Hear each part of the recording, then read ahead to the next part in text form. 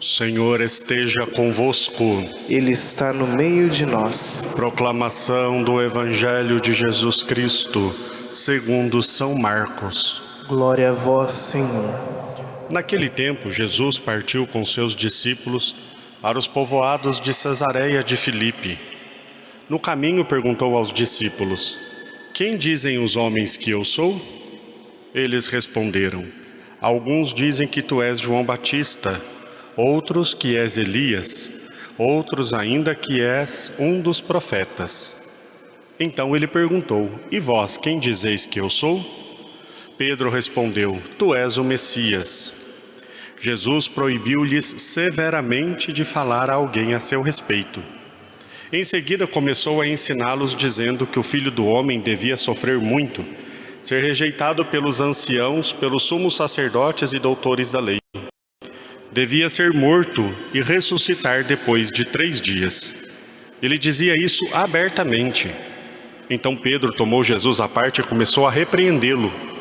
Jesus voltou-se, olhou para os discípulos e repreendeu a Pedro, dizendo: Vai para longe de mim, Satanás. Tu não pensas como Deus, e sim como os homens. Palavra da salvação. Glória a vós, Senhor.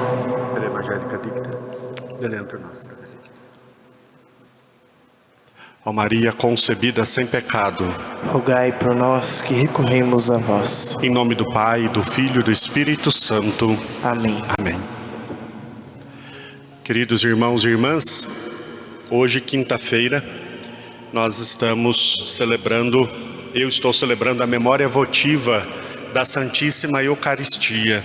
No tempo comum é possível nós celebrarmos as missas votivas, as missas temáticas, podemos assim dizer.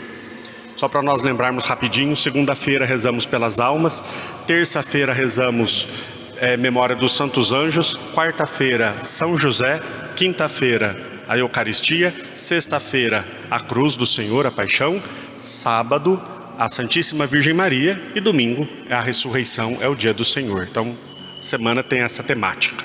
Hoje, então, estou celebrando a memória votiva, essa missa votiva dedicada à Santíssima Eucaristia, agradecendo a Deus, agradecendo a Nosso Senhor por tamanho dom deixado para nós. Jesus, quando voltou ao Pai, nos concedeu o maior de todos os presentes, que é Ele mesmo presente entre nós, pela Santíssima Eucaristia. Quando celebramos uma Santa Missa, de fato, é a maior graça sobre a face da terra. Não existe outra coisa mais santa, mais sublime, que mais dá graças a Deus do que uma Santa Missa. Por isso, agradeçamos sempre a Deus por podermos ter essa graça entre nós. O Evangelho de hoje conta aquela história bastante conhecida da profissão de fé de Pedro. Jesus pergunta o que estão dizendo a respeito dele, e aí então eles falam o que falam sobre ele. Alguns dizem que o Senhor é João Batista, outros dizem que é Elias. Jesus repete a pergunta: e vós quem dizeis que eu sou? Pedro afirma abertamente: tu és o Messias. No Evangelho de São Marcos, hoje o Evangelho veio completo. Junto com a profissão de fé de Pedro, também tem a repreenda da parte de Jesus, que Pedro então diz que Jesus é o Messias, mas logo depois Jesus começa a dizer todas as coisas que vai acontecer com ele, que deve ir a Jerusalém, deve morrer, mas vai ressuscitar. Essa parte eles ainda não entendem.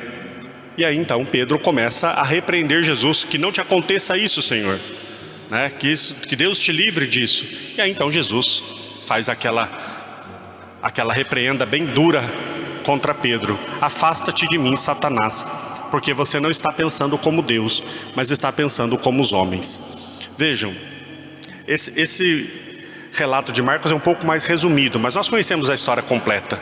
Quando Jesus escuta de Pedro dizendo que ele é o Messias, Jesus também diz a Pedro: tu és feliz, tu és Pedro, sobre esta pedra edificarei a minha igreja. É a mesma profissão, é o mesmo elogio, é o mesmo texto do elogio que Jesus faz a Pedro. Ali então Jesus está colocando os fundamentos da sua igreja: eu te dou as chaves do reino dos céus, tudo que ligares na terra será ligado no céu, tudo que desligares na terra será desligado no céu. E logo depois Jesus já dá essa bronca em Pedro, já chamando a atenção para essa realidade. A questão aqui, e se nós lembrarmos bem o evangelho que nós ouvimos ontem, qual era o evangelho de ontem? Era aquele homem que foi curado da cegueira e Jesus coloca as mãos sobre ele 2 vezes. Uma vez, pergunta se ele está vendo, diz que ele está vendo como homens, como árvores que andam, enxergando mais ou menos, e depois Jesus põe as mãos de novo e aí ele enxerga perfeitamente, né? Como que uma progressão na fé, um modo como nós vamos progredindo na nossa vida de fé, de santidade, até nós enxergarmos perfeitamente todas as coisas. Aqui também Pedro precisava passar por uma progressão na fé. Em que sentido? Pedro já reconhecia que Jesus era o Messias. Ele disse abertamente: tu és o Messias. E vocês, quem dizem que eu sou? Tu és o Messias. Mas Pedro aqui professa o Messias, Jesus como o Messias, mas ainda um pouco o Messias esperado pelos judeus. Qual era o Messias esperado pelos judeus? O Messias que venceria pelo povo de Israel. Um Messias que talvez fosse um rei poderoso, que libertasse Israel dos seus inimigos e retomasse a soberania do povo de Deus. Um Messias que talvez fosse um guerreiro, como Davi foi um guerreiro, e expulsasse os romanos, que naquela ocasião estava tomando o povo, expulsasse os invasores e voltasse à soberania do povo de Israel. Era um pouco esse tipo de Messias que os judeus esperavam. Um Messias soberano, um Messias vencedor, guerreiro. Então, quando ele diz que Jesus é o Messias e Jesus começa a dizer que vai morrer na cruz, ele não entende. É como assim? Então, uma coisa não está combinando com a outra. Como que o Messias vai ser um perdedor? O Messias é soberano, mas Jesus então queria mostrar para Pedro que tipo de Messias que ele era. Pedro já entendeu que ele era o Messias, mas ainda não tinha entendido que o Messias que veio era maior do que o Messias que eles esperavam. Se eles esperavam que o Messias libertasse o povo de Israel dos invasores, o verdadeiro Messias veio para nos libertar do pecado. Se o Messias esperado pelos judeus era alguém que venceria os inimigos terrenos, Jesus veio para vencer Satanás e o seu reino. Então Jesus estava tentando mostrar para Pedro que tipo de Messias ele era. O Messias que venceria na cruz. O Messias que venceria dando a vida para a nossa remissão dos pecados. E Pedro ainda não estava entendendo isso. Pedro ainda não conseguia entender como é que o Messias venceria, parecendo que tinha sido derrotado. E aí então Jesus coloca Pedro no seu lugar. A tradução nem sempre é tão boa. Quando diz aqui, vai para longe de mim, a melhor tradução seria, vai para trás de mim. Pedro, vai para trás de mim, ou seja, vai para o lugar do discípulo. O lugar do discípulo é atrás do mestre. Pedro já queria tomar a frente. Pedro já queria tomar as rédeas das coisas. Não, eu não vou deixar que nada aconteça, não vou. Calma, Pedro, não interfira nos planos. Vai para o lugar do discípulo. Qual é o lugar do discípulo? Atrás de Jesus. E Pedro vai para trás de Jesus. E Pedro caminha atrás de Jesus. Tão fielmente que no final ele morre do mesmo jeito que Jesus. Pedro também morreu crucificado. Ele entendeu que o lugar do discípulo é caminhando atrás do mestre. Pedro aqui faz um caminho de fé. E nós precisamos também fazer esse caminho de fé. Porque muitas vezes nós professamos que Jesus é Senhor em nossas vidas. Muitas vezes nós professamos que Jesus é tudo na nossa vida. E de fato é e deve ser.